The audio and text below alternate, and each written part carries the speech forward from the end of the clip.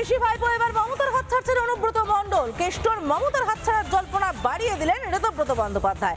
আজই কি ঋতব্রত শিবিরে যোগ কেষ্টর? ঋতব্রত তৃণমূলের বীরভূম জেলা সভাপতি হচ্ছেন অনুব্রত, বাড়ছে জল্পনা। বিগত বেশ কয়েক মাস ধরে, বলা ভালো কয়েক বছর ধরে অনুব্রত মণ্ডলের সঙ্গে মমতা বন্দ্যোপাধ্যায়ের দূরত্ব কিন্তু বেশ স্পষ্ট ছিল। এমনকি প্রকাশ্যে মঞ্চে মমতা বন্দ্যোপাধ্যায়ের সঙ্গে অনুব্রতর মন কষাকষির ছবিটাও ভয়ঙ্কর স্পষ্ট ছিল। এবং তারপর ঋতব্রত শিবিরের যোগ কেষ্টর। আমাদের সঙ্গে এই মুহূর্তে রয়েছে আমাদের প্রতিনিধি মনোরঞ্জন। আমি চলে যাব সরাসরি মনোরঞ্জনের কাছে। মনোরঞ্জন, আমরা দেখেছি প্রকাশ্য মঞ্চে মমতা বন্দ্যোপাধ্যায়ের সঙ্গে কেষ্ট মণ্ডলের মন কষাকষির ছবিটা সববার মনে আছে। এই ঋতব্রত শিবিরে অনুব্রত মণ্ডলের যাওয়া কি শুধুই সময়ের অপেক্ষা ছিল?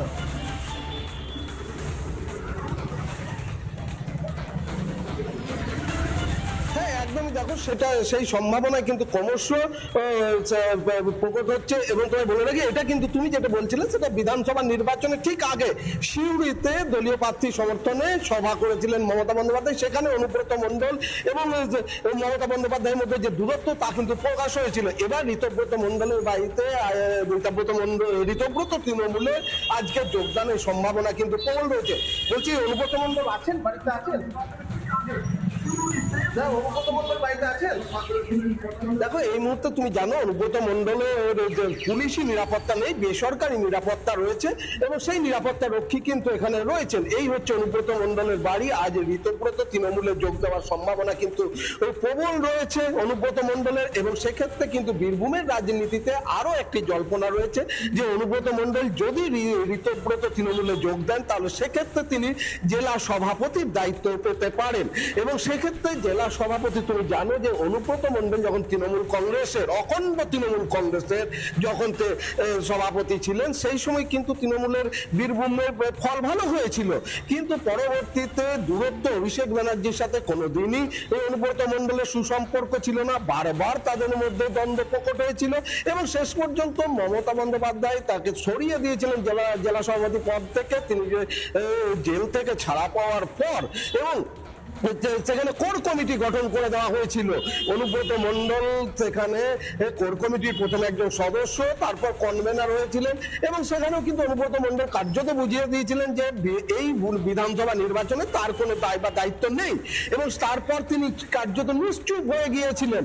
সেই অনুব্রত মণ্ডল আজ কলকাতায় ঋতব্রত তৃণমূলে যোগ দেবেন এমন সম্ভাবনা প্রকট হয়েছে। পাশাপাশি চর্চা রয়েছে যে হয়তো অনুব্রত মণ্ডল বীরভূমের জেলা সভাপতির দায়িত্ব পেতে পারেন।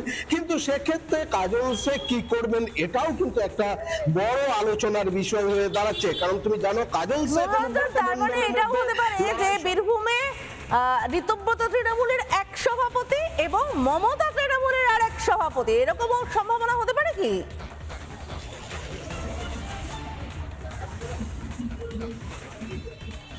দেখো, সেই সম্ভাবনা রাজনীতিতে সবই সম্ভব। কারণ কাজল শেখকে বলা হতো অভিষেক ব্যানার্জির সব থেকে ঘনিষ্ঠ বীরভূম জেলায় এবং সেই কাজল শেখ যিনি সবসময় অভিষেক বন্দনা করতেন প্রত্যেকটা বক্তব্যে, সেই কাজল শেখ আগেই ঋতব্রত তৃণমূলে যোগ দিয়েছেন, ঋতব্রত তৃণমূলের সাথে দফায় দফায় মিটিং করেছেন। কিন্তু সেই অনুব্রত মণ্ডল যদি ঋতব্রত তৃণমূলের যোগ দেন এবং সেক্ষেত্রে অনুব্রত মণ্ডল যদি জেলা সভাপতি হয়ে যান, দায়িত্ব পেয়ে যান, তাহলে কাজল শেখ কি করবেন সে নিয়ে কিন্তু রয়েছে জল্পনা। এবং তুমি যেটা বলছো কাজল শেখ কি আবার তাহলে কালীঘাট তৃণমূলে ফিরে যাবেন সে সম্ভাবনাও রয়েছে। সেক্ষেত্রে তিনি যদি ফিরে যান তবে তার সম্ভাবনা অবশ্য খুব ক্ষীণ। কারণ এখনো পর্যন্ত কিন্তু কাজল শেখ বীরভূম জেলা পরিষদের সভাধিপতি, তিনি জেলা সভাধিপতির পদ ছাড়েননি। অন্যদিকে গতকাল যখন এই জল্পনা ঘোরপাক খাচ্ছিল যে অনুব্রত মণ্ডল ঋতব্রত তৃণমূলে যোগ দিচ্ছেন, তখন কাজল শেখের সাথে আমার ফোনে কথা হয়েছিল। তিনি বিষয়টি এড়িয়ে গিয়েছিলেন, তিনি বলেছিলেন তিনি কিছুই জানেন না এবং তিনি কোনো মন্তব্য অন ক্যামেরা দিতে চাননি। এবং তোমায় বলে রাখি, এখন কার্যত তৃণমূলের পরিস্থিতি বীরভূমে তথৈবচ অবস্থা। কে কোথায় যাবেন, কেন যাবেন, কারোর কাছে কোনো স্পষ্ট চিত্র নেই। তবে যারা একসময় মমতা বন্দ্যোপাধ্যায়, অভিষেক বন্দ্যোপাধ্যায়ের একদম ঘনিষ্ঠ ছিলেন, আশিস বন্দ্যোপাধ্যায় মমতা বন্দ্যোপাধ্যায়ের খুব ঘনিষ্ঠ ছিলেন, অন্যদিকে অভিজিৎ সিনহা তিনি অভিষেক বন্দ্যোপাধ্যায়ের ঘনিষ্ঠ। অভিষেক বন্দ্যোপাধ্যায় বীরভূমে এলে পরে অভিজিৎ সিনহাকে সবসময় তার পাশে দেখা যেত।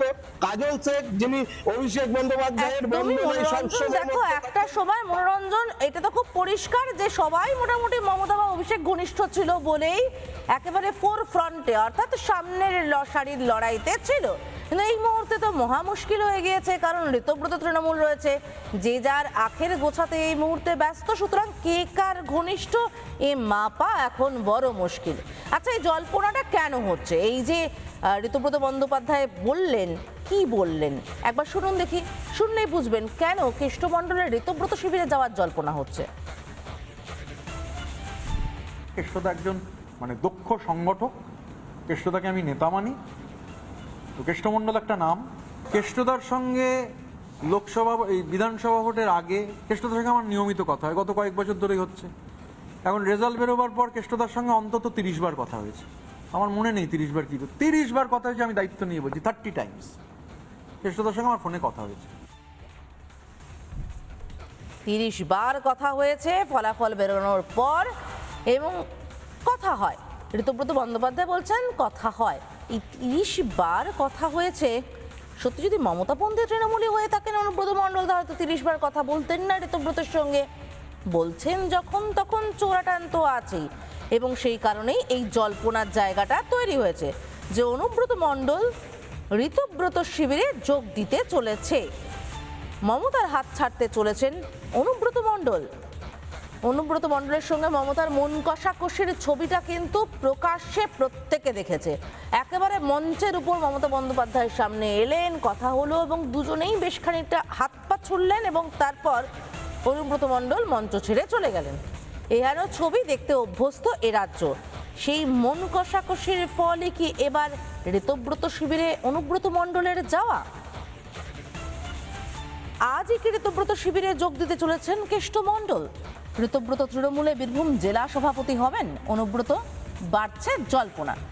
কাজল শেখকে নিয়ে টানা পরিণত কম দিনের নয়।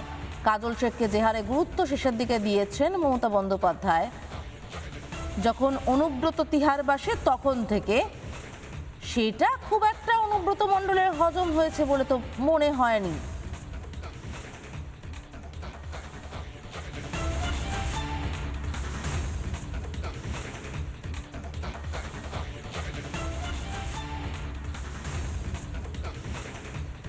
আরও একা হচ্ছে পিসি ভাইপো, এবার মমতার হাত ছাড়ছেন অনুব্রত মণ্ডলও। কেষ্ট মমতার হাত ছাড়ার জল্পনা বাড়ালেন ঋতব্রত। আমি আরো একবার মনোরঞ্জনের কাছে যাওয়ার চেষ্টা করব। মনোরঞ্জন, এই মুহূর্তে বীরভূম তৃণমূল তার মানে ছত্রাকার।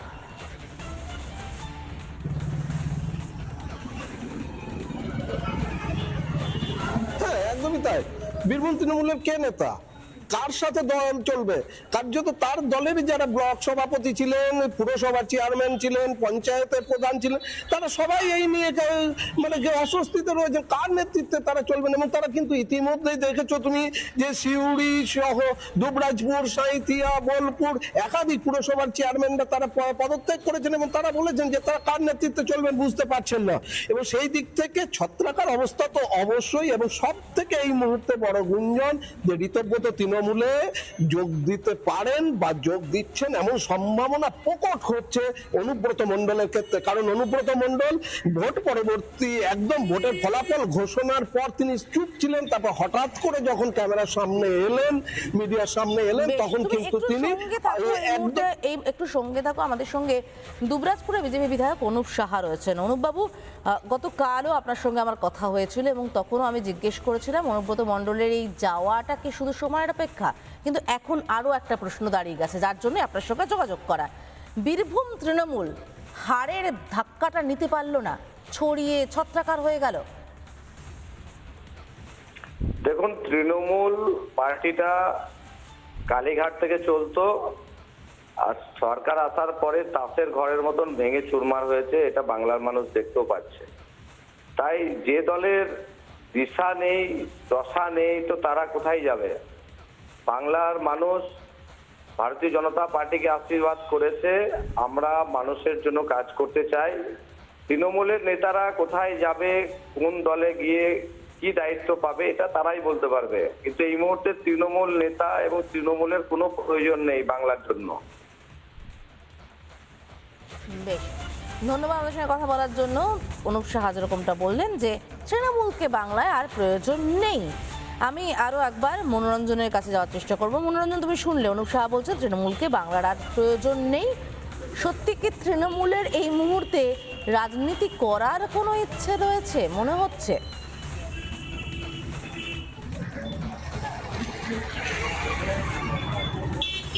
সত্যি তাই, কোনো দিশাই নেই। যেটা বলা হচ্ছে দিশা নেই, দশা নেই। কারণ কোন পথে যাবে তৃণমূল কংগ্রেস?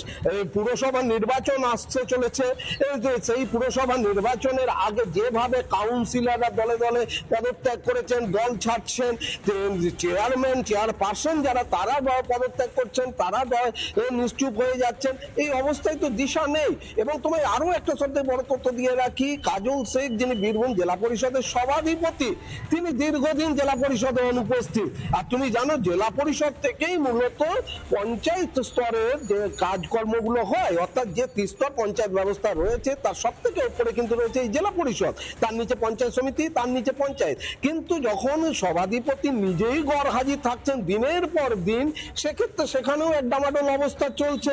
এবং এর দায়ভার কে নেবে সে নিয়েও প্রশ্ন রয়েছে। এবং সব ক্ষেত্রে সব থেকে বড় প্রশ্ন এই মুহূর্তে তৃণমূল কংগ্রেস বীরভূমে দিশাহারা। তৃণমূল কংগ্রেসের আদৌ কতটা মানে এই মুহূর্তে প্রয়োজন রয়েছে বীরভূমের রাজনীতিতে তা তারা বুঝতে পারছেন না।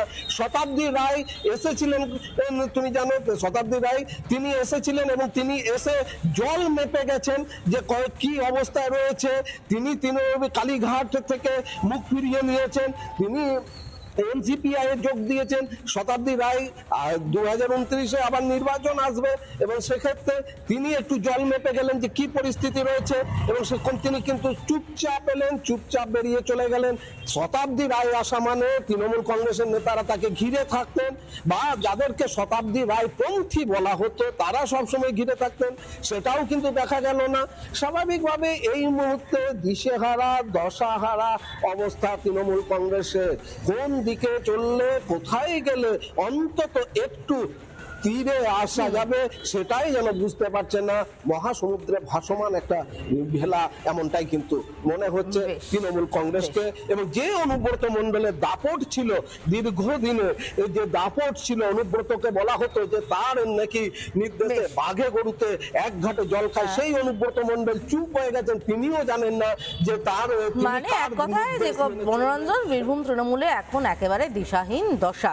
আপাতত তোমাকে ধন্যবাদ। নানা ধরনের কন্টেন্ট দেখার জন্য লাইক করুন, শেয়ার করুন আমাদের ফেসবুক পেজ, সাবস্ক্রাইব করুন আমাদের ইউটিউব চ্যানেল। পাশাপাশি অন্যান্য ব্রেকিং নিউজের জন্য অবশ্যই চোখ রাখুন রিপাবলিক বাংলায়।